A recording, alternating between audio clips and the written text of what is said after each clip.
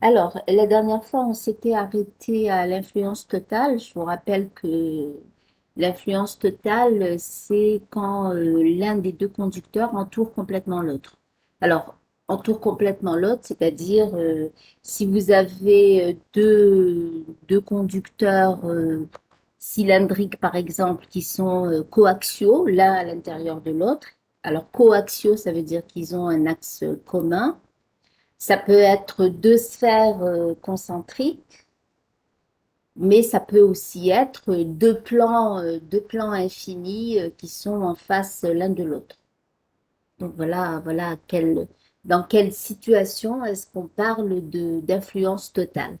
Alors, quand il s'agit d'influence totale, eh bien, on a vu qu'on pouvait écrire des relations entre les différentes charges. Alors, on a vu que si A entoure B, eh bien, sur B, alors déjà sur les conducteurs, la charge se met toujours sur la surface du conducteur et pas dans le volume.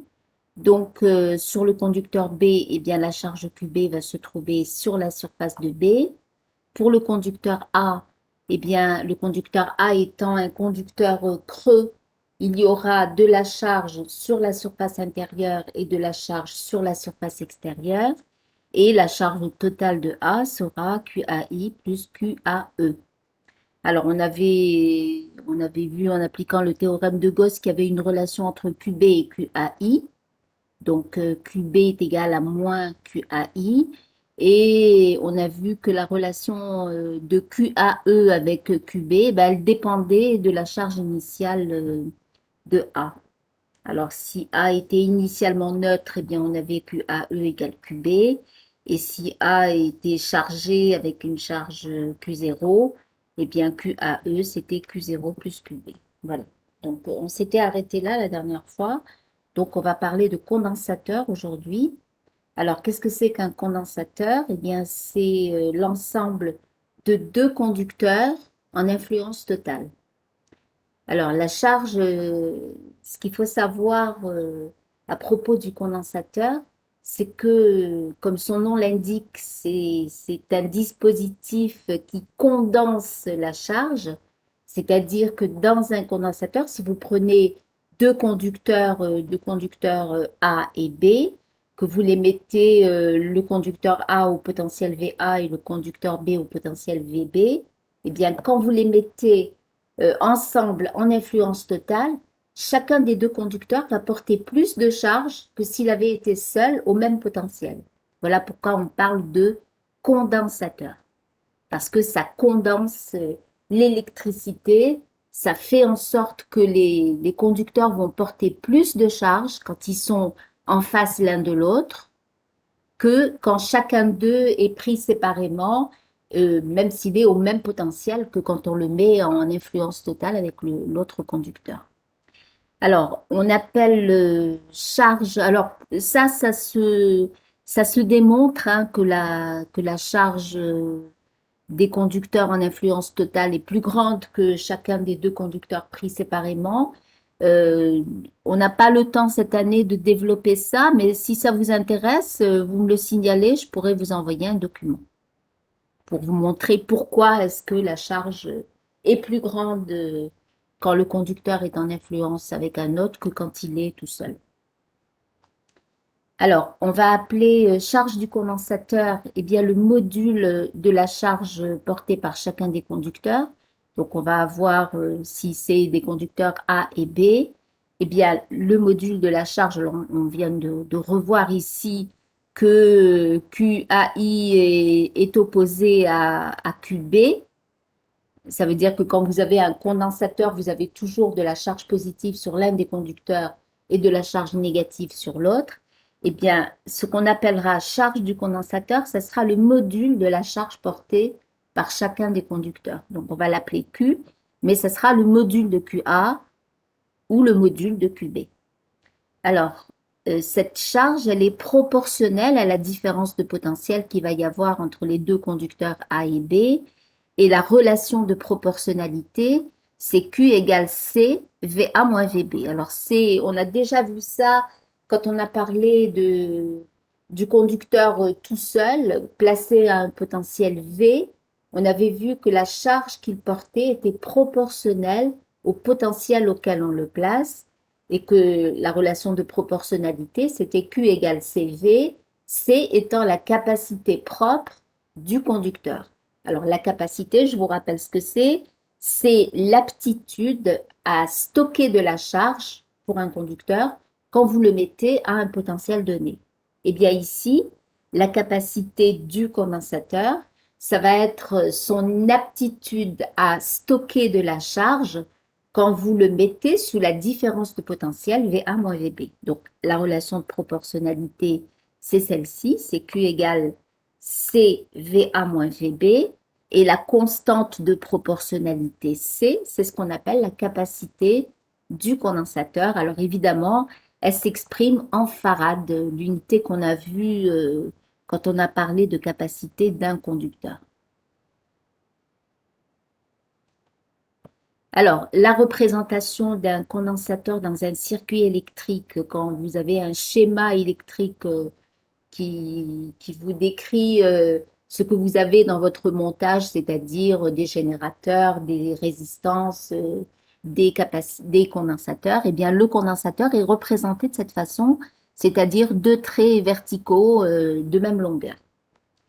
Alors, la capacité, donc cette aptitude à emmagasiner de la charge, eh bien, elle dépend de la géométrie des conducteurs, c'est-à-dire qu'elle va dépendre de la dimension des conducteurs, elle va dépendre de la forme des conducteurs, et elle va dépendre aussi de la nature du milieu qui les sépare. C'est-à-dire que ici, dans tout ce qu'on a vu jusqu'à maintenant, les deux conducteurs qui forment le condensateur sont séparés par du vide, c'est-à-dire qu'il y a du vide entre les deux.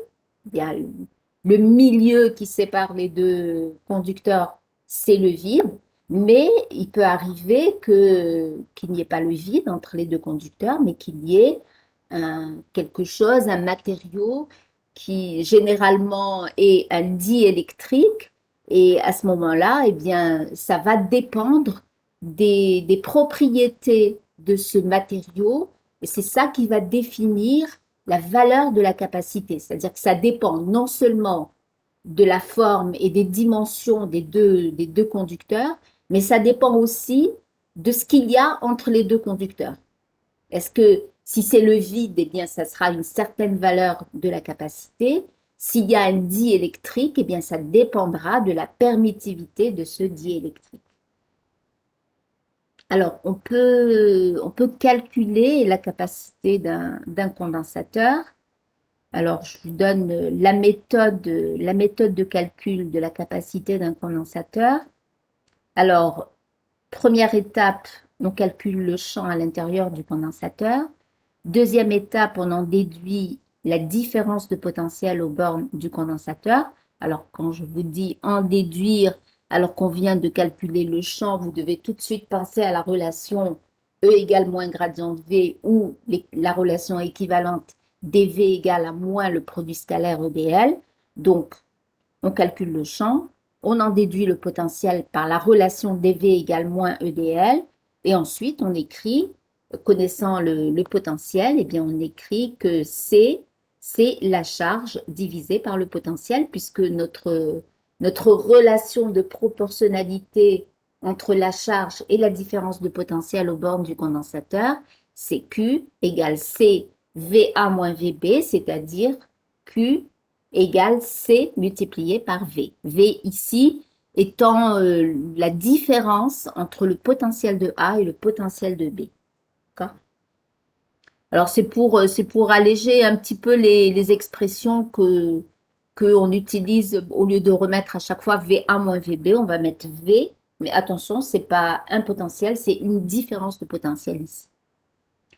Alors, on va faire un exemple de calcul juste pour que vous voyez comment ça se traduit, cette méthode de calcul de la capacité d'un condensateur. On va le faire pour un condensateur plan. Alors, qu'est-ce que c'est qu'un condensateur plan? C'est deux conducteurs plans en influence totale. Alors, qu'est-ce qui va nous permettre de dire que les deux plans sont en influence totale? Eh bien, on va considérer deux plans de dimension infinie, c'est-à-dire que pour chaque petite partie de ce plan, il y aura toujours une partie du deuxième plan qui sera en face. Je vous rappelle que le condensateur, on l'a défini comme étant un ensemble de deux conducteurs en influence totale, c'est-à-dire que dans le cas de deux cylindres ou de deux sphères, bah, c'est un petit peu plus facile à comprendre. C'est l'un des conducteurs qui entoure complètement l'autre. Mais ici, pour deux plans, il n'y en a pas un qui entoure l'autre. Mais par contre, chaque partie du plan est toujours, il y a toujours une partie de chacun des plans qui est en face d'une partie du deuxième plan. Voilà pourquoi on peut parler d'influence totale. Alors, euh, vous imaginez très bien que pour avoir un condensateur plan, on ne va pas prendre des plans de dimension infinie. De toute façon, qu'est-ce que c'est que des plans de dimension infinie? Alors, ce qu'on considérera comme condensateur plan, eh bien, ça sera euh, un ensemble de deux conducteurs qui sont plans, d'accord? C'est-à-dire que la forme de ces conducteurs, c'est des plans, mais alors, plutôt que d'essayer de trouver des plans de dimension infinie séparés par une certaine distance, ce qu'on va faire, c'est qu'on va prendre des plans de taille raisonnable, sauf que la distance qui va les séparer va être tellement petite par rapport à leur dimension que les dimensions du plan, de chacun des plans va paraître très très grande devant la distance qui les sépare. Et à ce moment-là, tout se passe pour tous les points qui sont entre les deux plans, tout se passe comme si les plans étaient de dimension infinie. Voilà. C'est-à-dire que on se ramène à une situation de plan infini en jouant sur la distance qui sépare les deux plans, quelle que soit la taille des deux plans. Imaginons des rectangles, deux plans qui ont la forme de rectangles qui font, je ne sais pas, 10 cm sur 10 cm. D'accord? Vous voyez bien que ce n'est pas infini. Mais si vous les séparez par une distance de 1 millimètre, eh bien, 10 centimètres, c'est vraiment très grand devant 1 millimètre et on peut considérer à ce moment-là qu'il s'agit de condensateurs plans. Alors, comment on fait pour avoir le champ à l'intérieur du condensateur? Alors, à l'intérieur du condensateur, c'est dans la région qui se trouve entre les deux conducteurs. Alors ici, j'ai pris deux plans. Donc, l'intérieur du condensateur, eh bien, c'est cette partie-là, c'est tout ce qu'il y a entre les deux plans. Alors, on ne s'intéresse pas à ce qui se passe au-dessus du plan chargé positivement. Alors, le plan du haut est relié à la borne plus du générateur, donc il va être chargé positivement. On a déjà vu ça dans le tout premier cours pour charger un corps. Ben, vous pouvez le relier à la borne plus d'un générateur, il sera chargé positivement. Si vous le reliez à la borne moins d'un générateur, il sera chargé négativement. Donc ici, si je mets ces deux plans, l'un à la borne plus et l'autre à la borne moins, eh bien, celui-ci sera chargé positivement et l'autre plan sera chargé négativement. Alors, donc ce qui m'intéresse, c'est ce qui se passe à l'intérieur du condensateur, donc entre les deux plans, donc dans cette région. Alors, qu'est-ce qu'on applique? Eh bien, on applique le théorème de Gauss avec le principe de superposition. Alors, on a déjà traité, je ne sais pas si ça a été fait dans tous les groupes, peut-être pas encore dans le groupe 4. Il y a un exercice dans la série où on a deux plans parallèles. Alors, je crois que c'est l'exercice 14. Oui, c'est l'exercice 14. Et on pourra voir le champ dans les trois régions au-dessus, entre les deux et en dessous du deuxième plan. Eh bien, on a appliqué le théorème de Gauss avec le principe de superposition. Alors, je vous rappelle le résultat qu'on a trouvé pour un plan tout seul. Alors, on va dessiner ici Je vais prendre une autre couleur.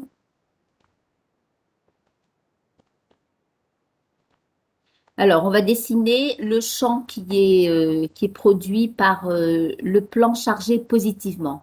Alors, déjà, la direction de ce champ, elle est pour des raisons de symétrie perpendiculaire au plan.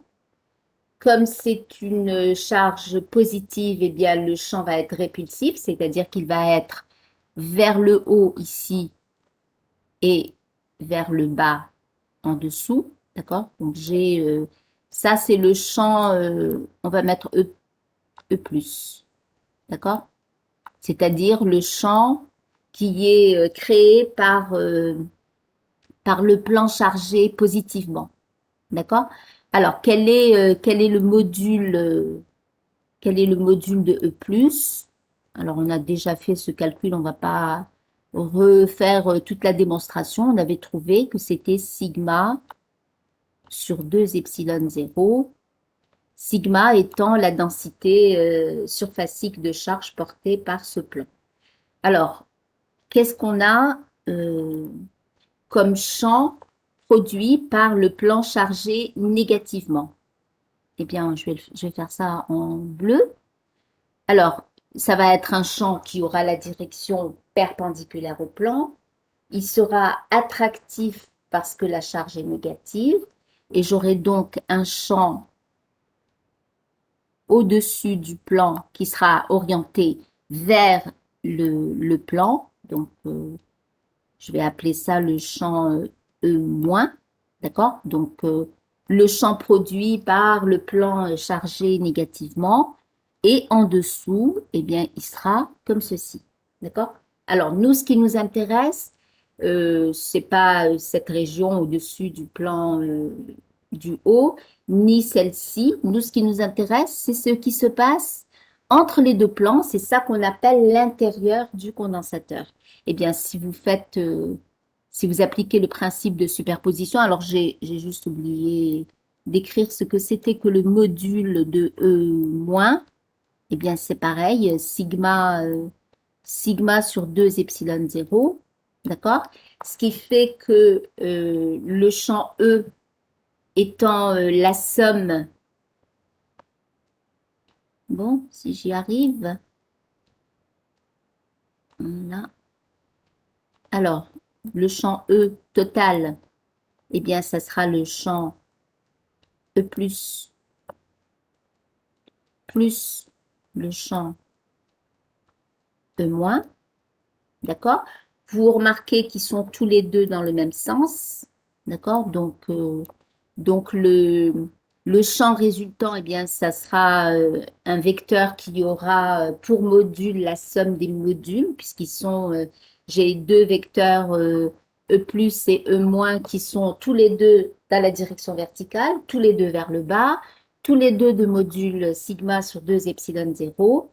Eh bien, le champ total aura pour module sigma sur epsilon 0. Ce sera la somme des deux modules. Voilà.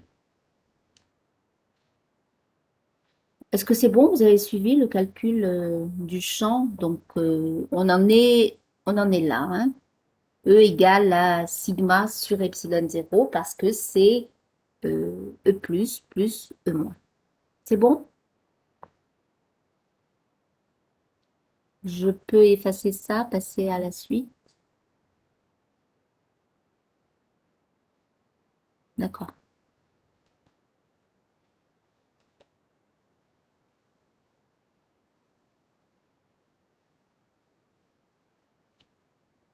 Ok, très bien. Alors, on en est donc là. Le champ à l'intérieur du condensateur, c'est sigma sur epsilon 0. Alors, je vous rappelle que la densité de charge, c'est la quantité de charge par unité de surface. Et que comme ici, la densité de charge est constante, il s'agit de plans uniformément chargés en surface, eh bien, sigma, alors, sigma, alors sigma, je vous rappelle que c'est dQ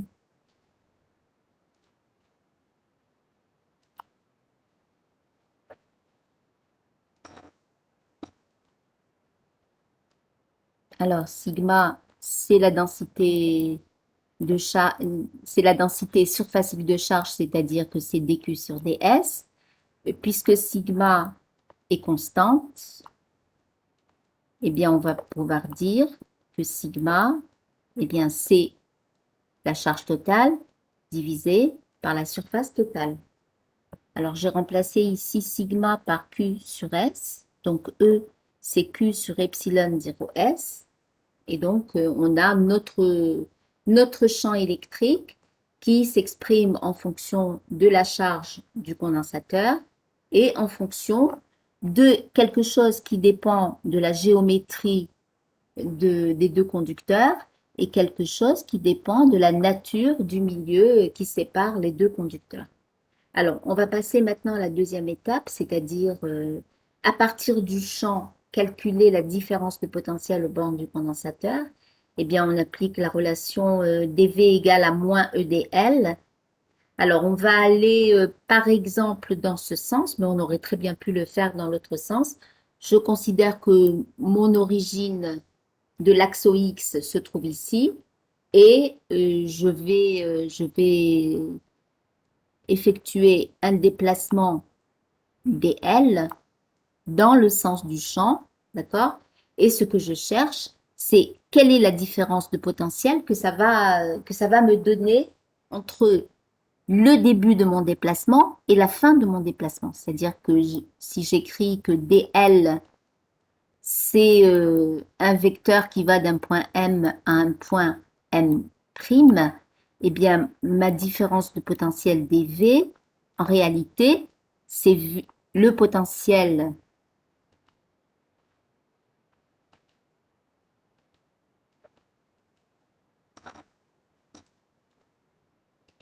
Bon.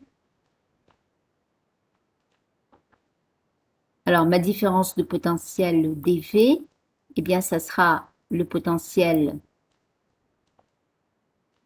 au point M' moins le potentiel au point M, d'accord? Puisque je vous réécris ce que c'est que mon vecteur déplacement dl, c'est le déplacement d'un point M à un point M'. Bon, ben, les annotations ne fonctionnent pas très bien ce matin, mais on va essayer.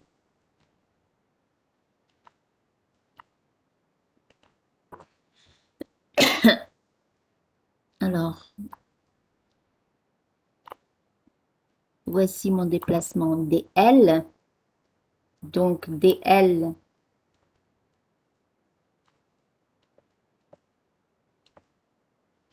c'est un déplacement qui va d'un point M à un point M'. Et ma différence de potentiel dV, dont il est question dans cette relation, eh bien, c'est le potentiel.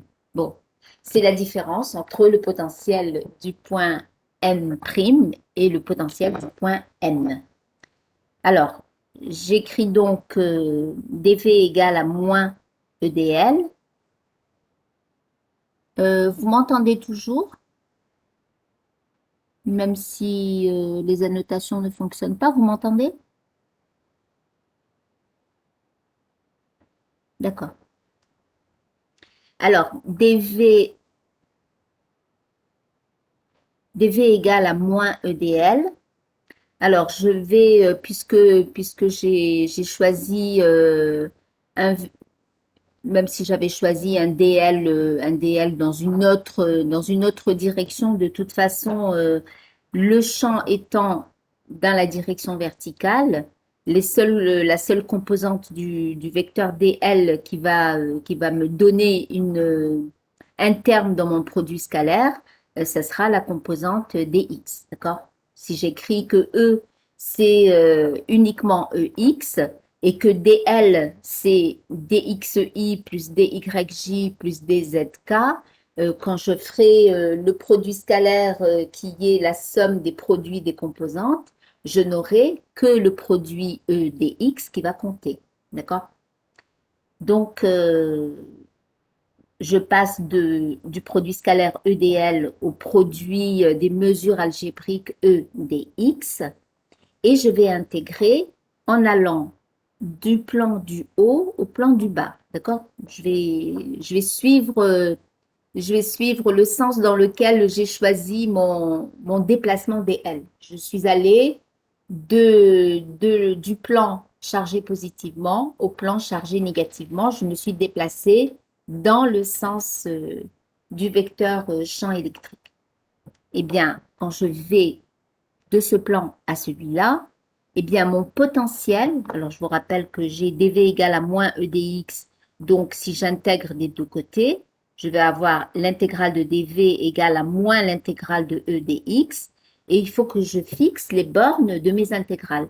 Alors, pour le potentiel, eh bien, je vais aller, quand je passe de ce plan à celui-là, eh bien, le potentiel du plan du haut, il vaut V, et le potentiel du plan du bas, qui est relié à la borne moins du générateur qui est le potentiel 0, eh bien, ce plan est au potentiel 0. Donc, quand je vais de ce plan à celui-là, le potentiel, il varie de la valeur V à la valeur 0. Maintenant, quand je vais regarder maintenant le déplacement des X. Quand je vais de ce plan à celui-là, eh bien, X va varier de 0 jusqu'à, alors si j'appelle cette distance, si j'appelle cette distance-là, si je l'appelle E, l'épaisseur du condensateur, eh bien, je vais devoir intégrer entre 0 et petit e. Alors, l'intégrale de dv entre v et 0, eh bien, ça va me donner 0 moins v, d'accord, égale a moins e. Alors, intégrale de dx entre 0 et e, donc c'est x à prendre entre 0 et e, c'est-à-dire e moins 0. Alors, qu'est-ce qu'il me reste? Il me reste, une fois que j'ai éliminé ça, moins v égale à moins e petit e. Si je multiplie des deux côtés par moins 1, je vais avoir v égale à e multiplié par petit e. Ça va? Alors, E, ben, je reviens à l'expression que j'avais trouvée, c'est-à-dire Q sur epsilon 0S, et je multiplie par petit e. Donc, voici, j'ai terminé la deuxième étape de ma méthode de calcul de la capacité du condensateur. Dernière étape, il suffit d'écrire la relation de proportionnalité entre la charge et la différence de potentiel. Donc, C égale à Q sur V.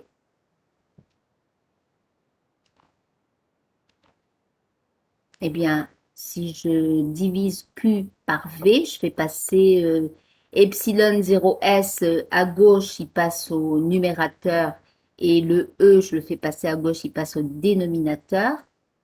D'accord? Donc, j'aurai alors Q égale à epsilon 0S sur E, V. Et comme je cherche le rapport Q sur V, eh bien, j'ai C qui est égal à epsilon 0S sur E. Alors, c'est une expression que vous avez déjà rencontrée au lycée. C'est la capacité d'un condensateur plan. Alors, je vous avais dit tout à l'heure que la capacité, elle dépendait de la géométrie des deux conducteurs. Eh bien, ça se voit ici. De quelle manière ça dépend de la géométrie de ces deux conducteurs? Ça dépend de la surface des plans et ça dépend de la distance qui les sépare. Donc, ça dépend de la géométrie des deux conducteurs et de leur disposition l'un par rapport à l'autre. Et ça dépend de la nature du milieu qui les sépare. Ici, on a la permittivité du vide. Eh bien, c'est une constante physique qui définit la permittivité du vide, c'est-à-dire sa capacité à laisser, à se laisser traverser par les lignes de champ. Donc, ça décrit vraiment la nature du vide qui est ici le milieu qui sépare les deux conducteurs.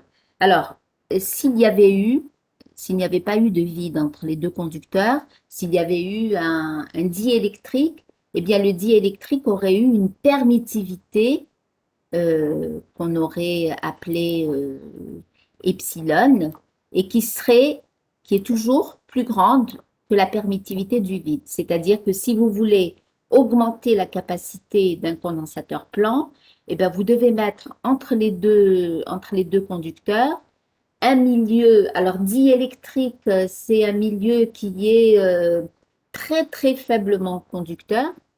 D'accord? C'est isolant, mais pas complètement isolant, et qui va faire en sorte que la capacité du condensateur, c'est-à-dire son aptitude à stocker de la charge, va être plus importante que quand les deux conducteurs sont séparés par le vide.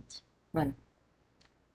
Donc, vous pouvez jouer sur la nature du milieu qui sépare les deux conducteurs pour augmenter la capacité du condensateur.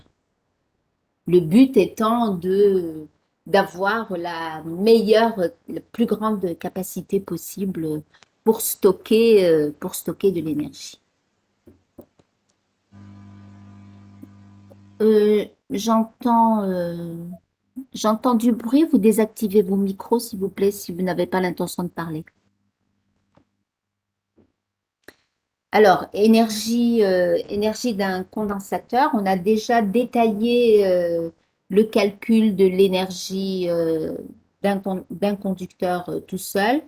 Alors, l'énergie d'un condensateur, eh bien, c'est donné par ces trois relations qui sont équivalentes, puisque la charge et la différence de potentiel sont reliées par la relation Q égale C VA moins VB, eh bien, vous pouvez passer d'une forme à l'autre grâce à la relation entre la charge et la différence de potentiel. Donc, ça s'écrit exactement comme pour un conducteur tout seul. L'énergie stockée dans un condensateur, c'est 1 demi de Q carré sur C, ou bien 1 demi de Q VA moins VB, ou bien 1 demi de C VA moins VB au carré. Alors, je ne détaille pas la démonstration parce qu'on n'a pas le temps cette année d'entrer trop dans les détails dans ce chapitre, mais si ça vous intéresse de savoir comment est-ce qu'on a obtenu ces relations, ben vous me contactez et je vous envoie la démonstration. D'accord? Alors, on va passer aux associations de condensateurs. Donc, vous avez bien compris ici que le rôle d'un condensateur dans un circuit électrique, ça va être de stocker de l'énergie. D'accord? En stockant de la charge, eh bien, on va stocker de l'énergie dans ce condensateur. Alors, il se trouve que euh, je ne comprends pas. Vous n'avez pas, vous n'avez pas bien entendu, c'est ça? Ah, je vais faire quoi?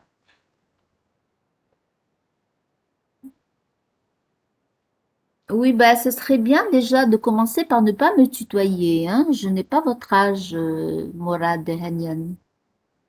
D'accord? Alors, euh, ok. Alors, ce que j'ai dit, je répète pour Morad. Je ne démontre pas, aujourd'hui, je ne démontre pas ce résultat. Mais si ça vous intéresse d'avoir le détail de la démonstration de comment est-ce qu'on a obtenu ce résultat, vous m'envoyez un mail ou vous me l'écrivez dans la classroom et je vous enverrai la démonstration. D'accord? Mais pour le moment, ben, on va se contenter d'utiliser ce résultat. D'accord? On l'a déjà démontré pour un conducteur tout seul. Ça se démontre aussi pour un condensateur, mais bon, voilà. Le but ici, c'est juste d'avoir... ok, d'accord. Le but, c'est d'utiliser cette relation pour calculer l'énergie stockée dans un condensateur. Donc, je disais que le, le rôle d'un condensateur dans un circuit électrique, ça sera de stocker de l'énergie électrique pour pouvoir l'utiliser le moment venu. Par exemple, je ne sais pas si ça vous est déjà arrivé de voir une machine à laver démontée. Eh ben si vous avez l'occasion de voir ça, ben vous observerez qu'il y a un très gros condensateur qui est au niveau du moteur. Et ce condensateur, eh bien, il sert à faire démarrer le moteur en lui fournissant une, une grande quantité d'énergie pour qu'il puisse démarrer. D'accord? Eh bien, le rôle des condensateurs dans les circuits électriques, c'est essentiellement ça, c'est de stocker de l'énergie électrique pour pouvoir l'utiliser le moment venu quand on a besoin d'un supplément d'énergie dans le circuit. Eh bien, elle va être libérée par le condensateur le moment venu si on donne les bonnes conditions pour libérer cette énergie. Donc, euh, l'objectif, ça va être de stocker le maximum d'énergie dans un condensateur. Le problème, c'est que les condensateurs qui existent dans le commerce sont limités.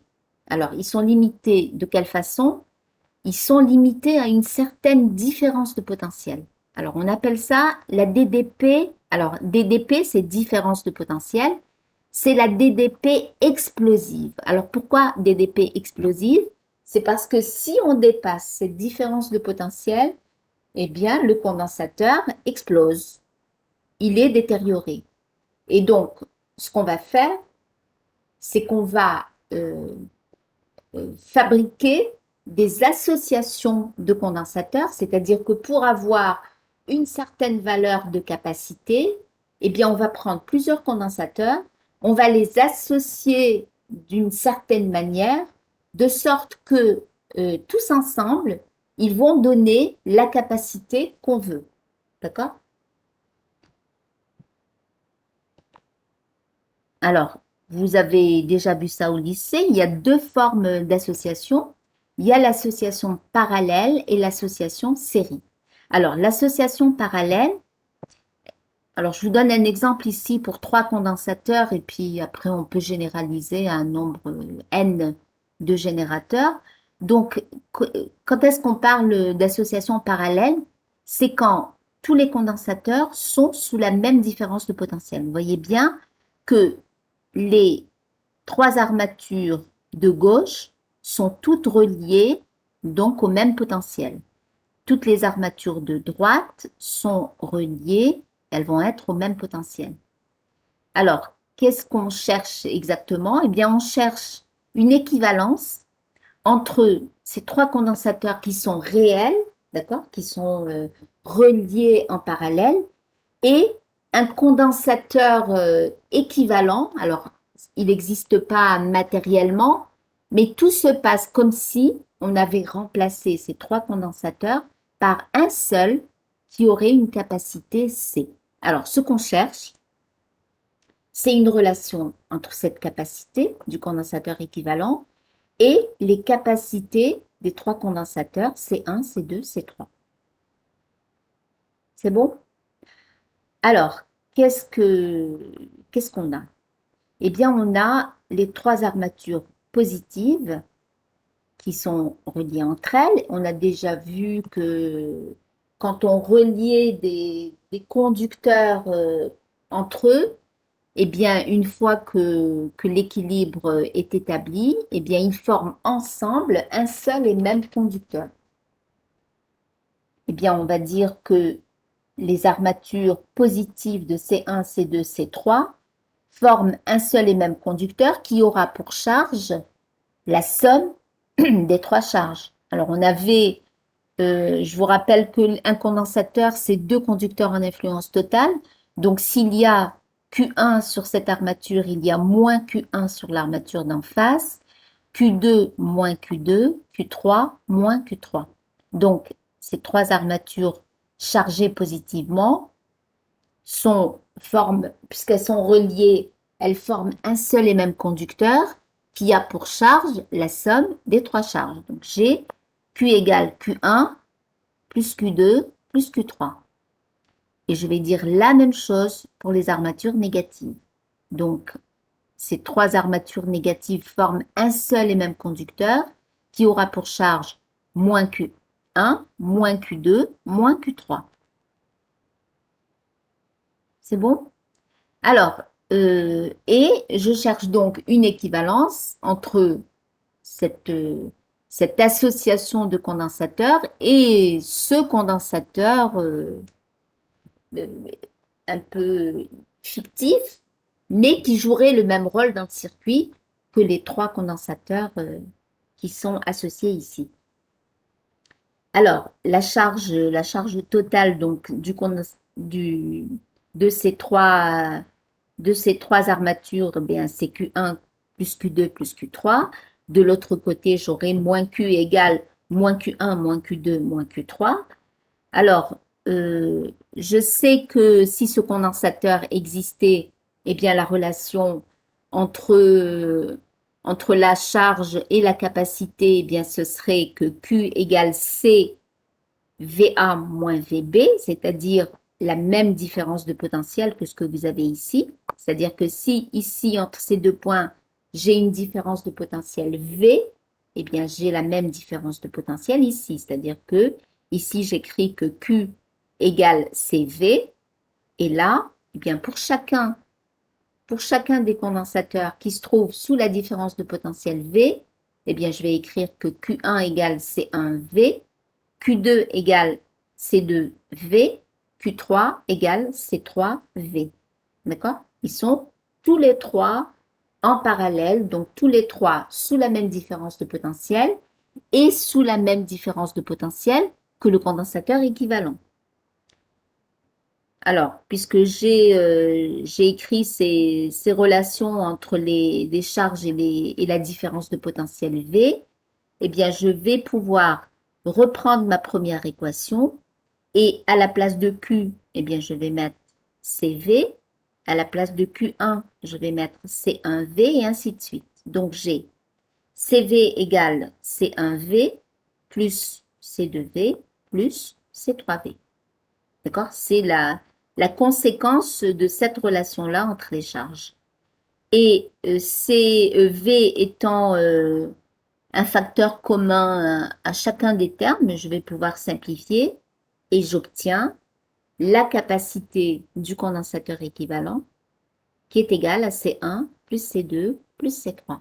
Voilà d'où vient la capacité d'un condensateur équivalent à trois condensateurs en parallèle.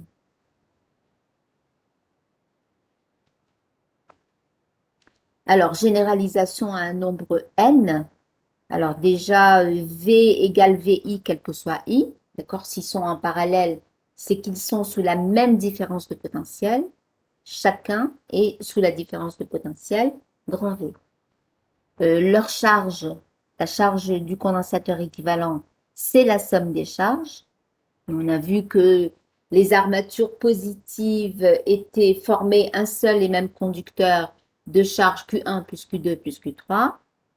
Et pareil pour les armatures négatives. Et la capacité du condensateur équivalent, c'est la somme des capacités. Voilà. Alors, on va passer maintenant à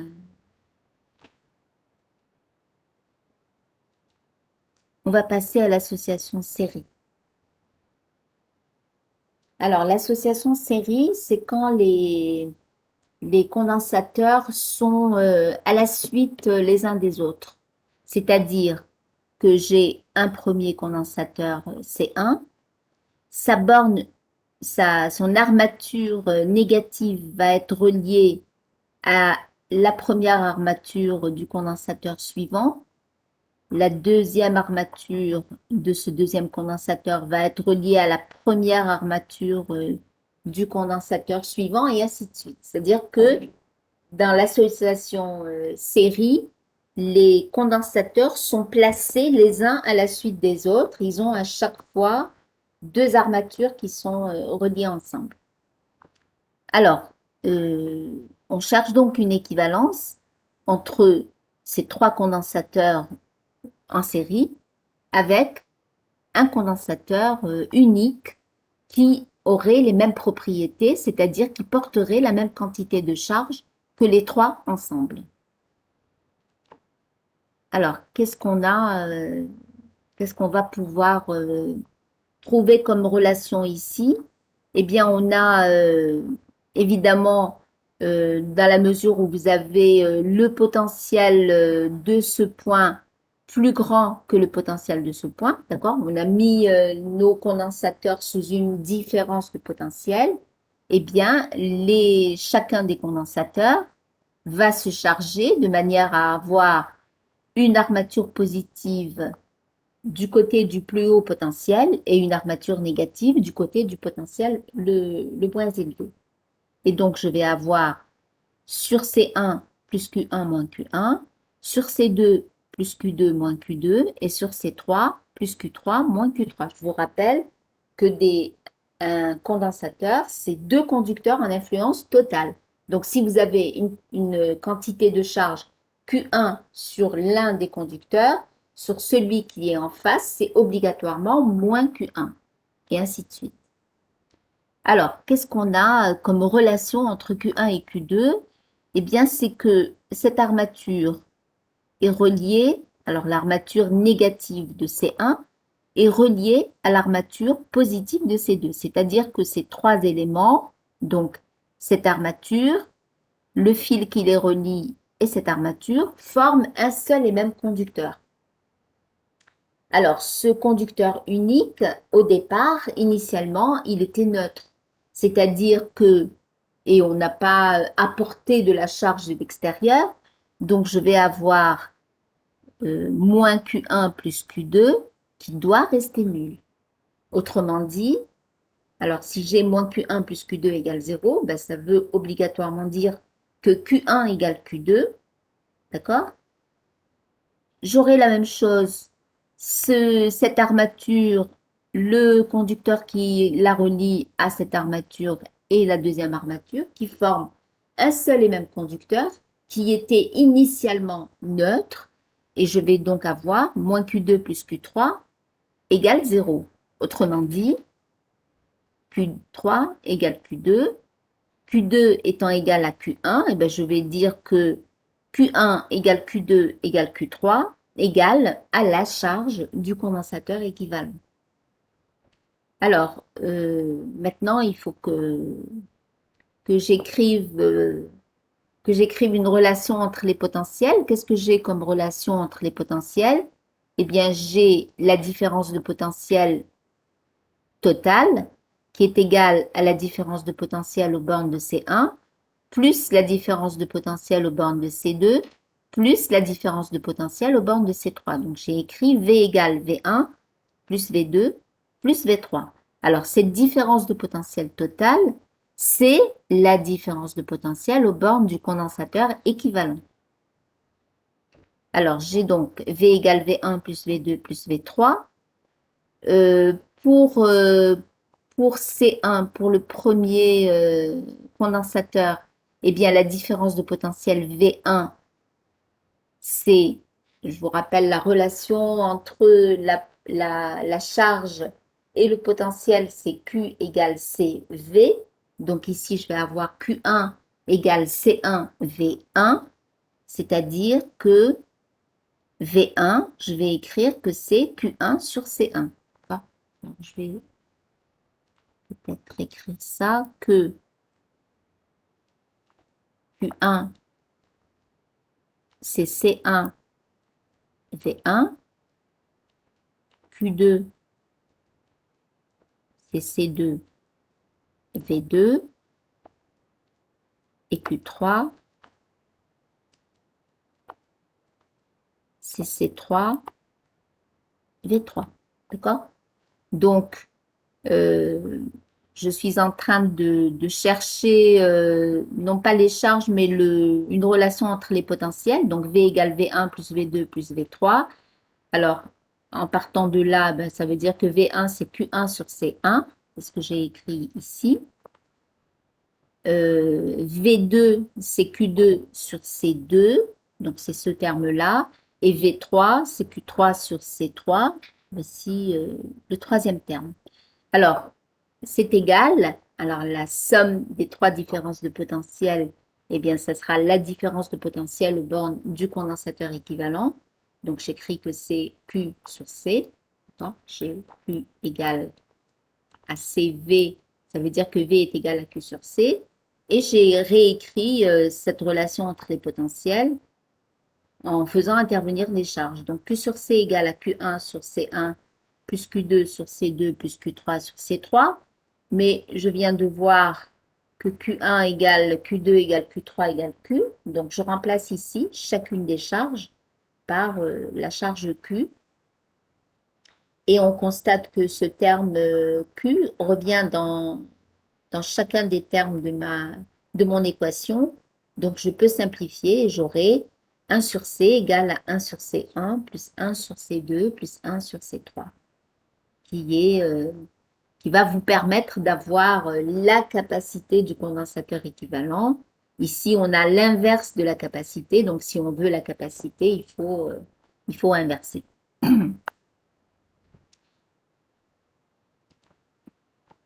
Alors, généralisation à N condensateurs en série. Eh bien, la différence de potentiel aux bornes du condensateur équivalent, c'est la somme des différences de potentiel, d'accord? Puisque les N condensateurs sont à la suite les uns des autres. La charge de chacun des condensateurs est égale à la charge du condensateur équivalent, c'est-à-dire que tous les condensateurs associés en série ont tous la même charge et ils ont tous la charge du condensateur équivalent. Et j'ai 1 sur C, l'inverse de la capacité du condensateur équivalent, qui est égal à la somme des 1 sur CI. Voilà. Donc, on en a terminé avec les condensateurs. Alors, on va parler maintenant de conduction électrique et de courant électrique, de loi d'Ohm, etc. Est-ce que vous avez des questions sur les condensateurs? Vous avez besoin de plus d'explications ou pas?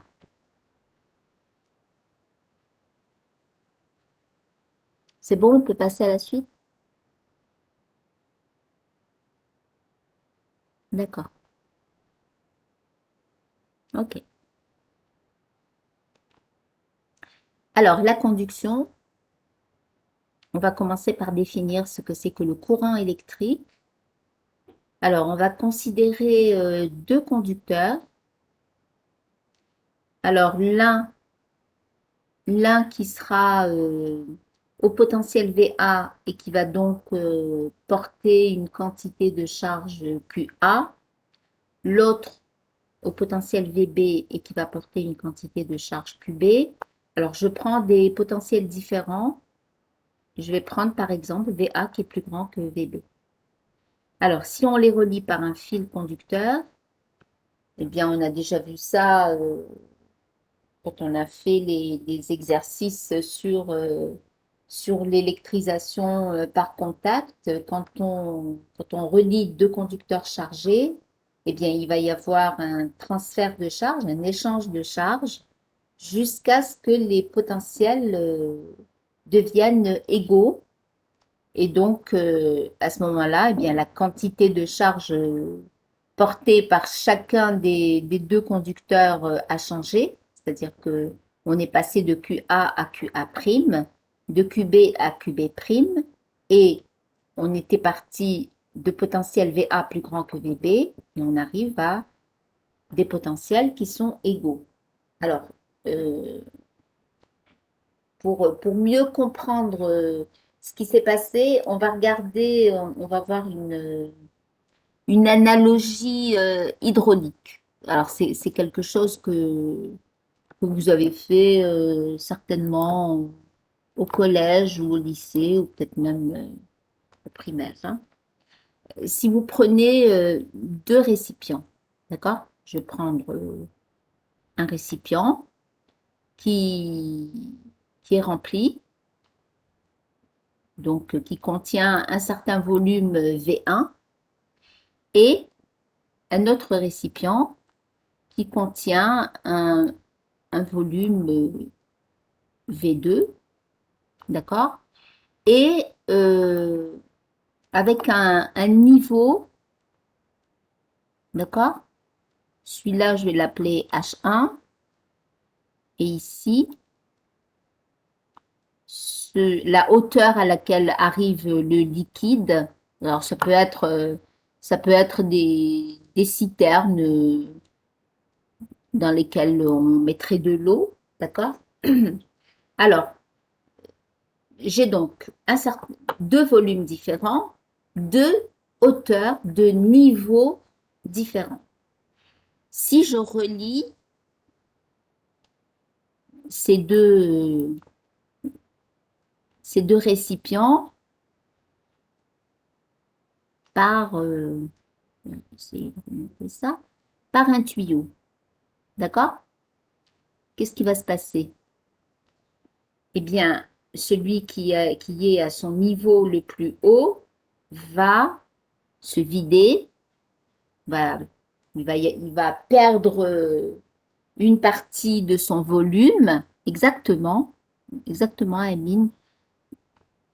L'eau va circuler dans ce tuyau jusqu'à ce que le niveau H, on va l'appeler H1', soit égal au niveau H2'. D'accord? Alors, est-ce que vous voyez? Oui, exactement, la même hauteur. Est-ce que vous voyez l'équivalence entre ces deux systèmes? Ici, j'ai ce qui va jouer le rôle du volume. C'est quoi? Eh bien, c'est la charge. D'accord? Et ce qui, alors, c'est plutôt ici, hein. Ce qui va jouer le rôle du volume, c'est la quantité de charge. Ce qui va passer de l'un à l'autre, eh bien, c'est une quantité d'eau, donc c'est l'équivalent de la charge qui passe de l'un à l'autre. Et ça va s'arrêter, ce transfert de d'eau d'un récipient à l'autre, eh bien, il va s'arrêter dès que les niveaux vont être les mêmes. Eh bien, ici, c'est exactement la même situation. Dès que les potentiels deviennent égaux, eh bien, il n'y a plus de charge qui se déplace d'un corps à l'autre. Voilà, donc peut-être que ça vous permet de mieux comprendre ce qui se passe dans cet échange de charges entre les deux conducteurs qui va s'arrêter dès que les potentiels sont égaux, avec ici cette analogie où la, la circulation d'eau dans ce tuyau va s'arrêter dès que les deux niveaux H1' et H2' sont égaux. Ça va? Est-ce que c'est plus clair?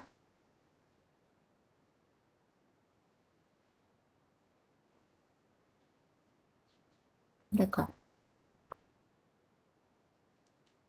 Ok.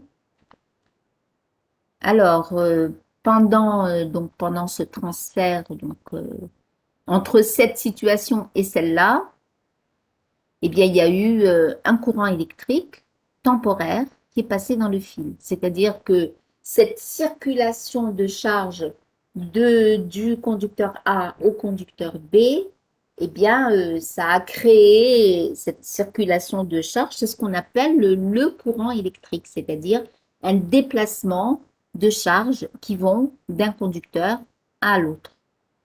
Alors, si on veut prolonger cet état de déséquilibre, si vous voulez, alors je vous rappelle que ici je suis dans un état d'équilibre Et là, je suis passée à un deuxième état d'équilibre. C'est-à-dire, je vous rappelle qu'un conducteur est en équilibre si toutes ses charges sont immobiles. C'est-à-dire, il n'y a aucune charge qui se déplace.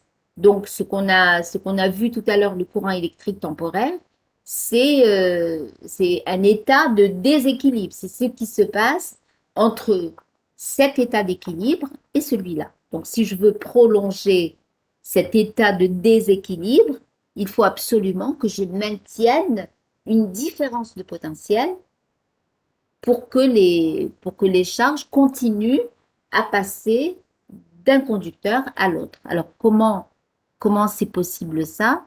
Eh bien, c'est en ajoutant un générateur qui va reprendre les charges au fur et à mesure qu'elles arrivent sur B pour les ramener sur A et faire en sorte que le potentiel de A va toujours rester plus élevé que le potentiel de B et que donc les charges vont aller naturellement vers le potentiel le plus bas. Alors évidemment, ici, les charges dont il est question, c'est obligatoirement des charges positives, d'accord? Donc on va considérer le courant électrique comme une circulation de charges positives qui vont aller d'un potentiel élevé à un potentiel plus bas. Et le générateur, eh bien, son rôle, ça va être de maintenir une différence de potentiel entre les deux conducteurs A et B. Voilà. Alors, l'analogie hydraulique, qu'est-ce qui pourrait jouer le rôle du générateur pour les deux citernes de tout à l'heure avec la différence de niveau qui doit être maintenue? Qu'est-ce qui pourrait faire on va empêcher les deux, en maintenant une circulation d'eau dans le tuyau? Pour maintenir cette circulation, il faut qu'on maintienne une différence de niveau entre les deux récipients. Qu'est-ce qui pourrait jouer le rôle de générateur dans ce circuit des deux citernes avec de l'eau qui circule dans le tuyau?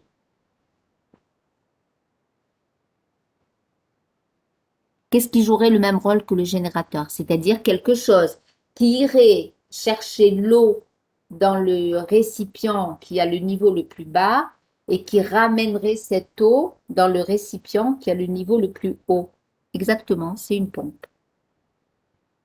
Une pompe qui va aller chercher de l'eau dans le récipient 2 pour la ramener dans le récipient 1, de manière à maintenir la différence de niveau H1 et H2. Voilà. Alors, la représentation d'un générateur dans un circuit, c'est pas de mettre une boîte avec un plus et un moins, c'est de mettre deux barres verticales, l'une qui est plus longue que l'autre. La barre la plus haute, ça symbolise la borne plus, et la borne la plus courte symbolise la borne moins.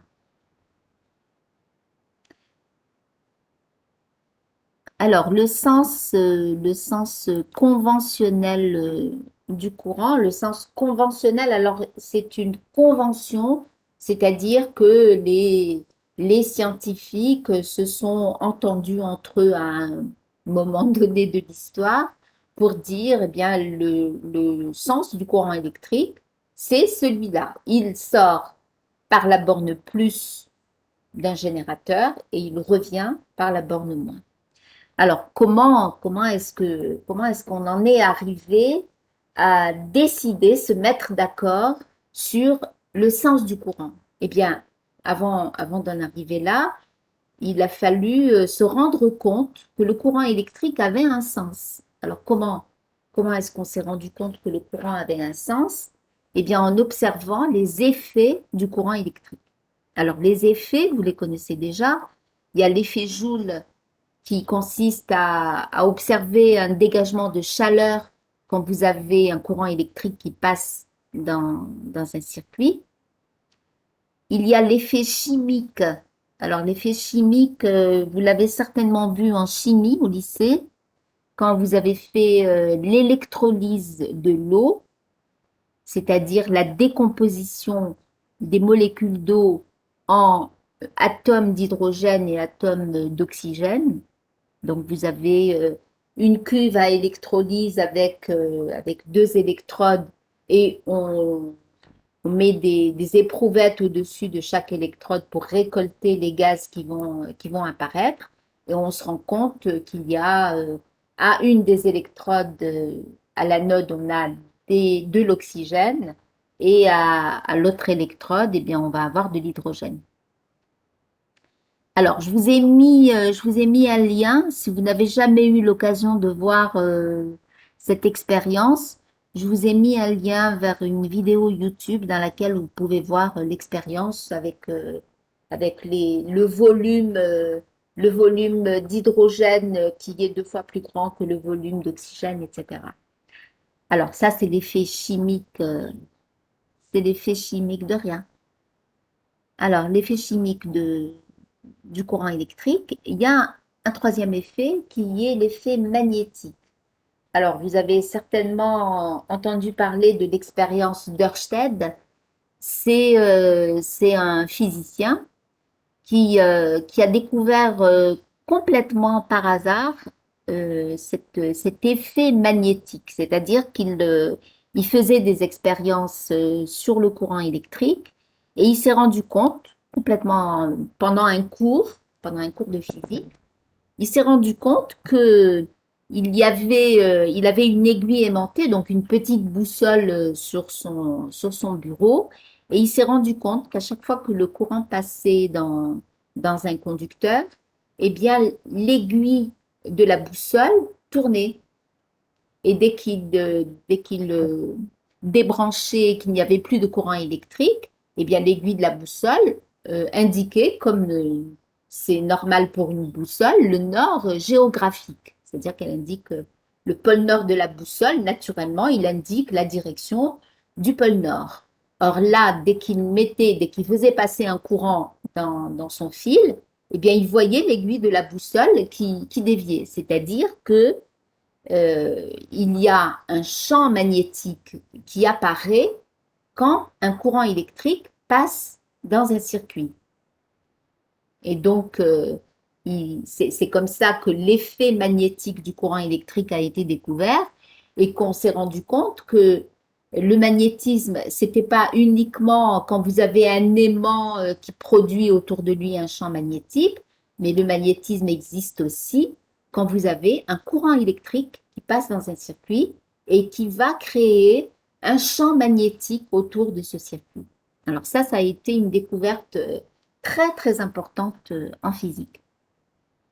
Alors, ce qui a été observé par la suite, c'est que deux de ces effets, l'effet chimique et l'effet magnétique, eh bien, ils changeaient quand on changeait la manière de brancher le générateur dans le circuit. Alors, si on inversait les bornes du générateur, eh bien, on s'est rendu compte, alors pour l'effet chimique, que à l'électrode où on avait de l'oxygène, eh bien, on observait de l'hydrogène et vice-versa. Et on s'est rendu compte pour l'effet magnétique que si on changeait la manière de brancher le générateur, si on inversait les bornes du générateur, eh bien, l'aiguille, elle déviait dans l'autre sens. Et donc, on en est arrivé à partir de ces observations, eh ben, on s'est dit, ben ça veut dire que le courant électrique a un sens. Voilà. Alors, le sens qui a été adopté comme étant le sens de circulation du courant, ça a été de dire le courant circule de la borne plus à la borne moins, à l'extérieur du générateur, et de la borne moins à la borne plus, à l'intérieur du générateur. D'accord? Puisqu'il y a une circulation de charge. Alors, évidemment, euh, tout ça, tout ça, c'est dans l'hypothèse que le courant électrique, il est dû à des charges positives. C'est-à-dire qu'on a une circulation de charges positives dans le circuit et c'est comme ça que je vous rappelle la figure, la dernière figure qu'on a vue tout à l'heure, c'était celle-ci. les charges qui assurent la circulation du courant, c'était des charges qui allaient d'un potentiel élevé à un potentiel plus bas. Donc, c'était obligatoirement des charges positives. Donc, ce sens conventionnel du courant, eh bien, il supposait que les charges qui se déplaçaient, les charges qui assuraient le passage du courant, c'était des charges positives. Bon, il s'est avéré par la suite, à l'époque où on a décidé de ce sens conventionnel, on ne connaissait pas l'existence des électrons. Il s'est avéré par la suite que la circulation de les particules réelles qui se déplacent quand vous avez un courant électrique, ce qui assure le passage du courant électrique, c'est les électrons qui se déplacent en sens inverse du champ et qui vont aller du potentiel le plus bas vers le potentiel le plus haut. Mais les effets restent les mêmes, les raisonnements restent les mêmes, que vous ayez des charges positives qui se déplacent du plus au moins ou des charges négatives qui se déplacent du moins au plus, le résultat, les effets de ce courant électrique sont strictement les mêmes. Donc la convention l'a gardée, même si on sait que les porteurs de charge, ce qui assure le passage du courant, ce sont des électrons. Voilà. Alors, on peut considérer que les charges positives dont il est question dans le courant électrique, eh bien, ce sont des absences d'électrons qui vont se déplacer en sens inverse des véritables porteurs de charge qui se déplacent à contresens du courant électrique. Voilà, je ne sais pas si c'est bien clair. C'était un petit peu d'histoire. Alors, ça va, on peut continuer?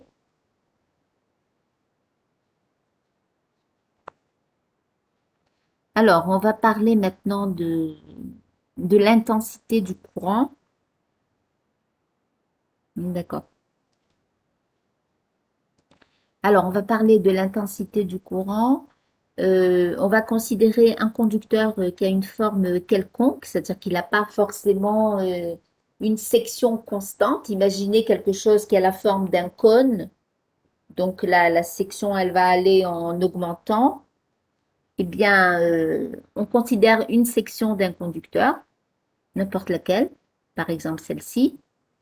Et ce qu'on va considérer, c'est la quantité de charge par unité de temps qui va traverser cette section. Eh bien, cette quantité de charge par unité de temps, c'est ce qu'on appelle l'intensité du courant électrique. Donc, le courant, il est défini comme étant le rapport dQ sur dt, c'est-à-dire la quantité de charge par unité de temps. L'unité, c'est l'ampère, et l'abréviation de l'ampère, c'est un A majuscule. Voilà, donc pour l'intensité du courant, on va passer tout de suite à la loi d'Ohm.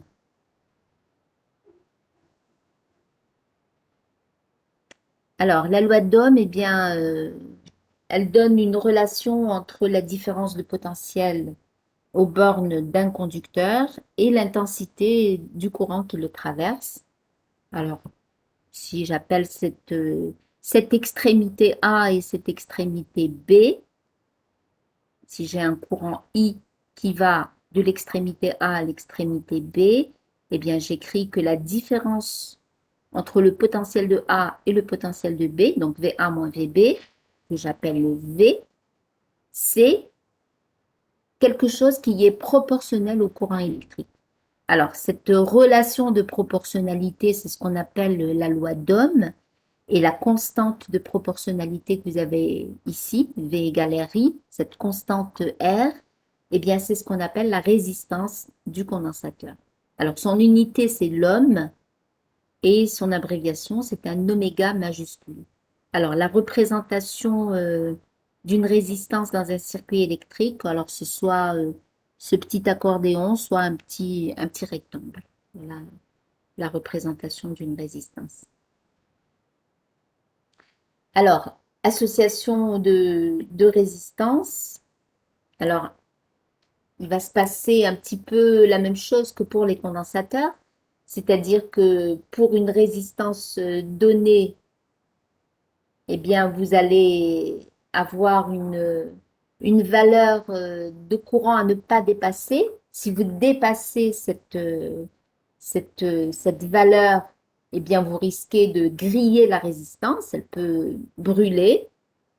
Donc, il va falloir veiller à limiter le courant qui va passer dans chacune des résistances que vous allez associer pour obtenir votre résistance équivalente. C'est-à-dire que quand vous avez besoin d'une résistance, je sais pas, disons, j'ai besoin d'une résistance de 23 ohms, eh bien, je peux ne pas trouver chez le commerçant des résistances de 23 ohms. Donc, je vais prendre des résistances qui vont me permettre de fabriquer une résistance de 23 ohms. Donc, je vais faire des associations, séries, parallèles ou les deux à la fois.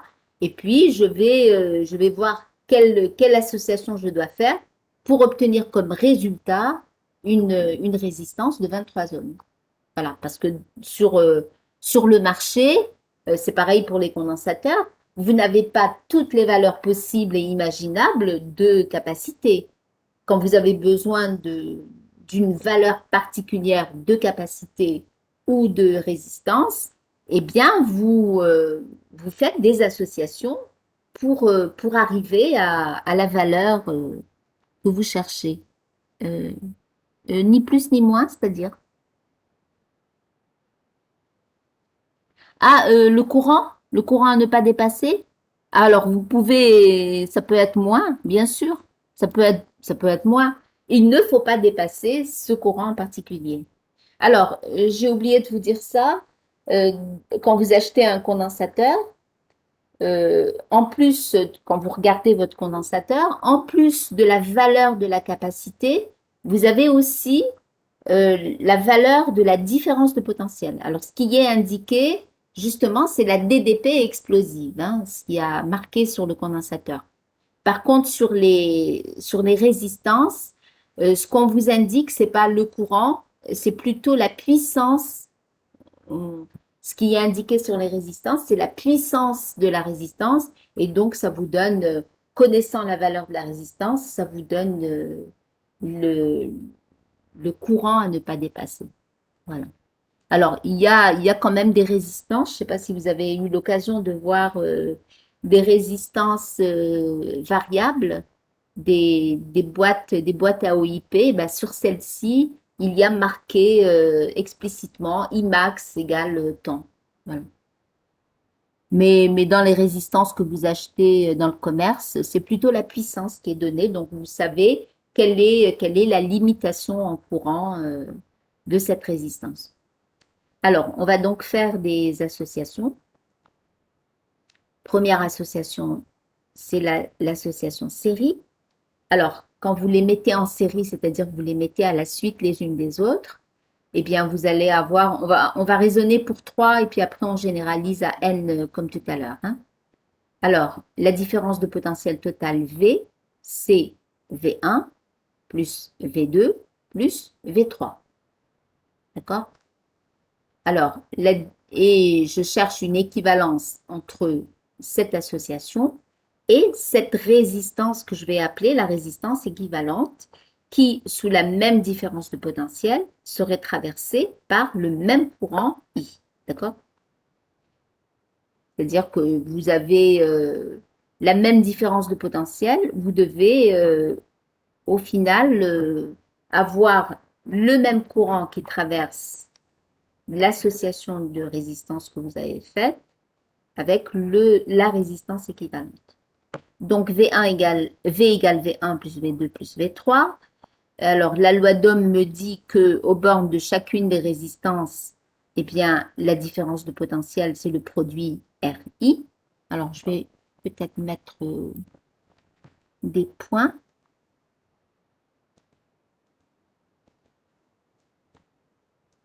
Bon.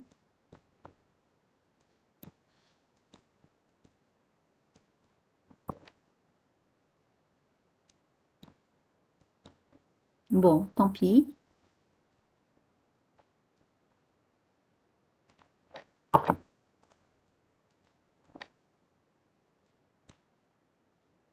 Voilà. Alors, je vais mettre un point A ici, B là, C, alors je vais mettre le point B ici, hein. Je vais mettre le C là et le D ici. Alors, pour que j'ai la même différence de potentiel, donc entre les deux points A et B, j'ai soit la résistance équivalente, soit les trois résistances en série. Donc, ce que j'ai appelé V1, c'est VA moins VC. Ce que j'ai appelé V2, c'est VC moins VD. Et ce que j'ai appelé V3, c'est VD moins VB. C'est bon? Et ce que j'ai appelé V ici, c'est VA moins VB. Donc, j'ai VA moins VB égale à VA moins VC plus VC moins VD plus VD moins VB. C'est bon? Alors, VA moins VC, eh bien, c'est R1I. VC moins VD, c'est R2I. Et VD moins VB, c'est R3I. Et ici, VA moins VB, j'ai une seule résistance, c'est RI. Donc, j'écris l'égalité entre les deux. RI égale à R1I plus R2I plus R3I. Je simplifie le I et j'ai la résistance équivalente R qui est égale à la somme des trois résistances. Voilà.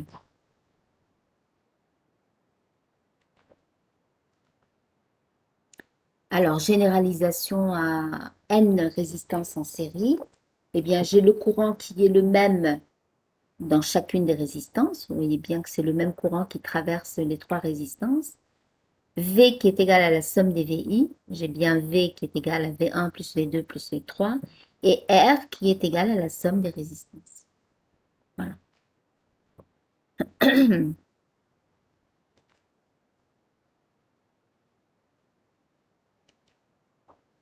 Alors, l'association parallèle. Alors, j'ai mes trois résistances qui sont, alors j'ai oublié de mettre les noms, c'est R1, R2, R3. J'ai mes trois résistances qui sont sous la même différence de potentiel et je cherche une équivalence avec une résistance unique qui, sous la même différence de potentiel, serait traversée par le même courant I. Alors, j'ai oublié de mettre le courant I ici. Bon, tant pis.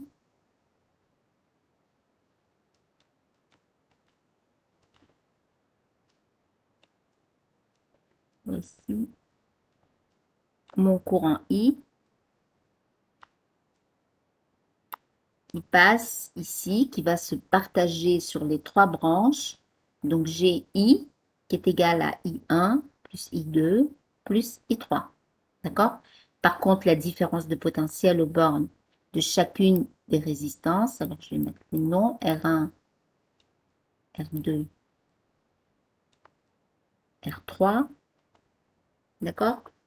Je vais avoir la différence de potentiel V1 qui est égale à la différence de potentiel V2, qui est égale à la différence de potentiel V3 et qui est égale à la différence de potentiel V qui est entre les points, on va mettre comme tout à l'heure, les points A et B. D'accord? Donc j'ai entre le point A et le point B. C'est bon? Alors, j'ai donc toutes les différences de potentiel qui sont égales et qui sont égales aussi à V. J'ai le courant total qui se partage sur les trois branches et qui va donner I égale I1 plus I2 plus I3.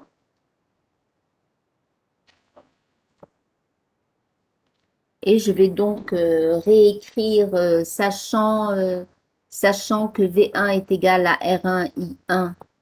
Je vais l'écrire. V1 égale à R1 I1. V2 égale à R2 I2. Et V3 égale à R3 I3. D'accord? Donc, I1 est égal à V1 sur R1, I2 égale à V2 sur R2, I3 est égal à V3 sur R3. Mais comme V1 égale V2 égale V3 égale V, eh bien j'écris que, alors I qui est égal à V sur R, va être égal à I1 qui est V, d'accord? Puisque V1 égale V2 égale V3 égale V. Donc j'ai I1 égale à V sur R1, I2 égale à V sur R2 et I3 égale à V sur R3. Donc j'aurais écrit cette équation. V sur R égale à V sur R1 plus V sur R2 plus V sur R3. Je simplifie par V et j'ai 1 sur R égale à 1 sur R1 plus 1 sur R2 plus 1 sur R3. Alors, la généralisation à un nombre n de résistances en parallèle, c'est que la différence de potentiel aux bornes de chacune des résistances est la même. J'ai V égale VI, quel que soit I. Le courant qui traverse la totalité de ces résistances, donc la résistance équivalente, c'est la somme des courants. Et 1 sur R, attention, ce n'est pas la résistance, c'est l'inverse de la résistance, c'est 1 sur la résistance, est égal à 1 sur R1, plus 1 sur R2, plus 1 sur R3, plus 1 sur R4, et ainsi de suite jusqu'à N. Donc, somme des 1 sur RI.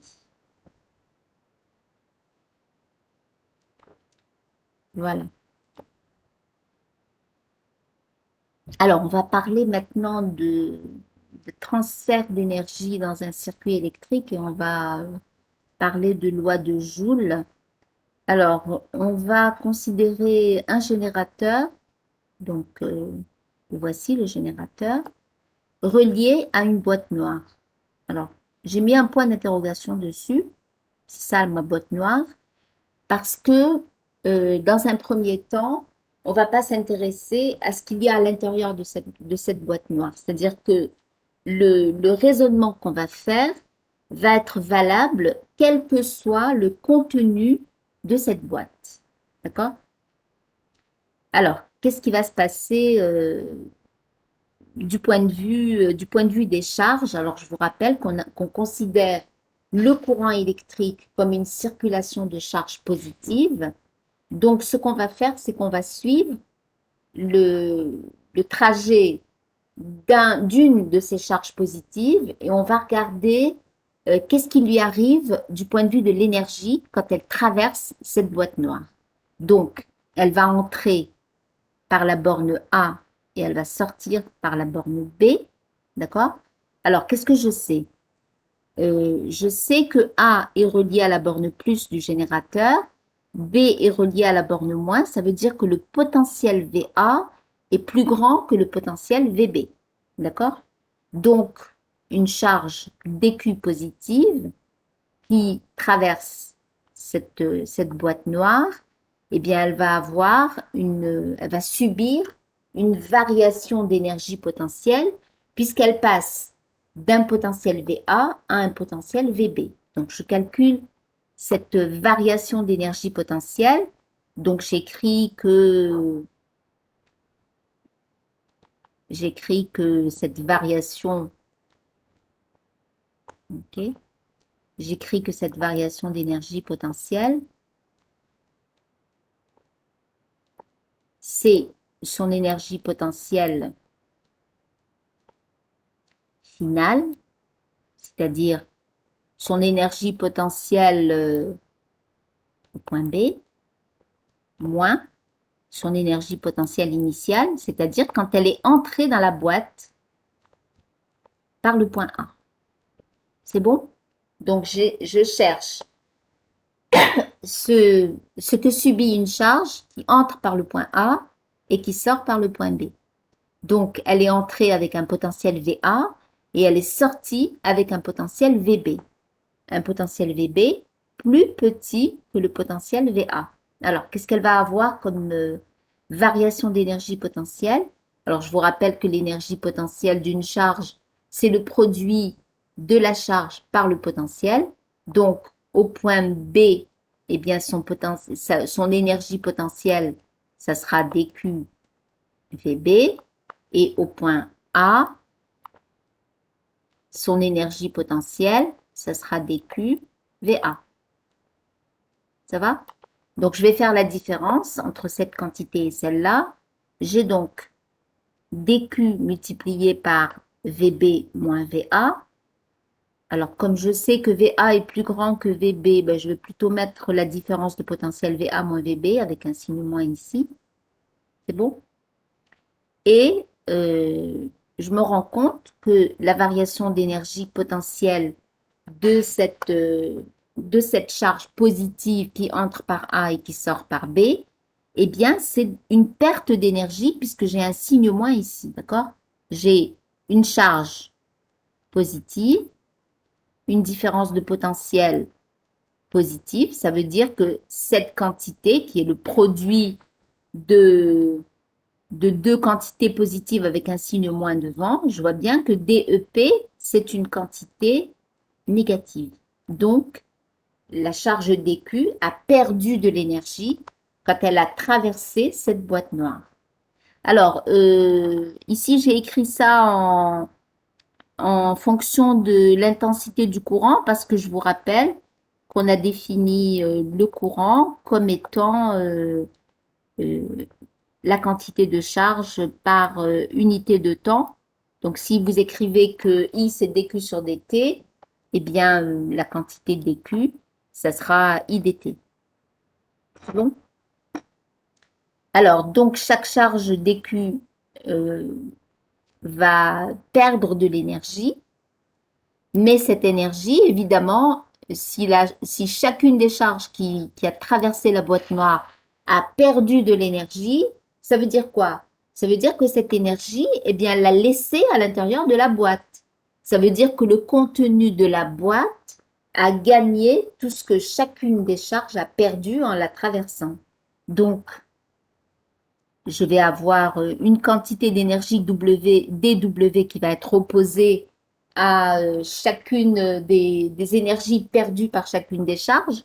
Donc, dW égale à moins DEP, c'est-à-dire la quantité plus VA moins VB IDT qui est transmise à la boîte.